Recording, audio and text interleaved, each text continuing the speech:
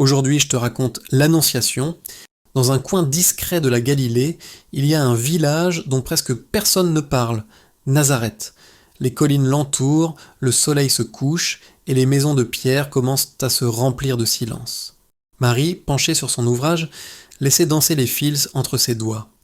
L'air était frais, chargé de l'odeur de la pierre chauffée par le soleil qui montait lentement.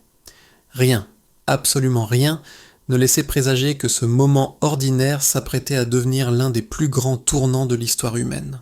Elle est fiancée à Joseph, un artisan, descendant du roi David, un homme juste qui travaille le bois et rêve d'un foyer simple et paisible. Un soir, Marie se retire dans le calme de sa maison. Elle prie, elle écoute le silence, son cœur est disponible. Soudain, la lumière change. L'air semble devenir plus dense, plus lumineux. Un messager de Dieu se tient là. L'ange Gabriel. Ses ailes, si elles il y avait, se confondaient presque avec l'éclat qui l'entourait. Je te salue comblée de grâce. La voix était douce, profonde, comme une onde qui ne faisait pas vibrer seulement l'air, mais aussi le cœur.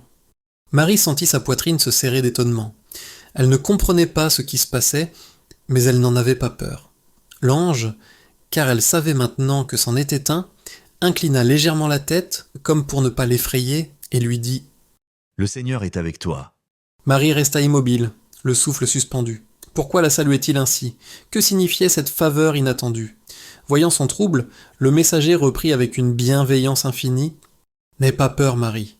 Tu as trouvé grâce aux yeux de Dieu. Voici que tu concevras et enfanteras un fils, et tu lui donneras le nom de Jésus. Il sera grand, et son règne n'aura pas de fin. » Marie écoute, mais une question monte en elle, très simple, très humaine. Comment cela va-t-il se faire, puisqu'elle n'habite pas encore avec Joseph? Elle ne doute pas de Dieu, elle cherche à comprendre ce que Dieu va faire dans sa vie concrète. L'ange lui répond que ce n'est pas une œuvre humaine, mais une œuvre de Dieu. L'Esprit Saint viendra sur elle, la puissance du Très-Haut la couvrira de son ombre. C'est un langage de mystère. Dieu lui-même vient habiter en elle, sans enlever sa liberté, sans la forcer, mais en l'invitant à participer à son projet d'amour. Pour l'aider à croire, Gabriel lui donne un signe. Sa parente Élisabeth, âgée et stérile, attend elle aussi un enfant, Jean-Baptiste, car rien n'est impossible à Dieu. Dieu n'agit pas seulement dans le secret de son cœur, il agit aussi dans l'histoire visible, dans la famille, dans les liens déjà existants. Devant ce mystère immense, le temps semble suspendu.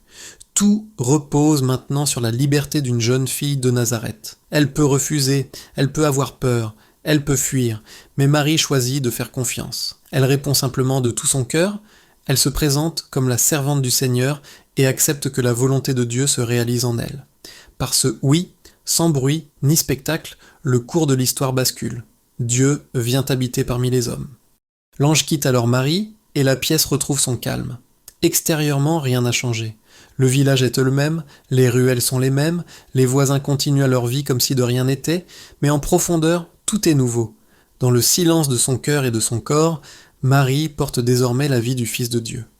Elle ne voyait rien encore, et pourtant, tout avait déjà commencé. Elle se lève et se met en route pour aller rejoindre Élisabeth, porter cette joie et ce mystère à une autre femme qui, elle aussi, a découvert que Dieu fait des choses impossibles. L'Annonciation devient ainsi le premier pas d'un grand voyage, celui de Dieu qui vient à la rencontre de l'humanité en commençant par le oui d'une jeune fille.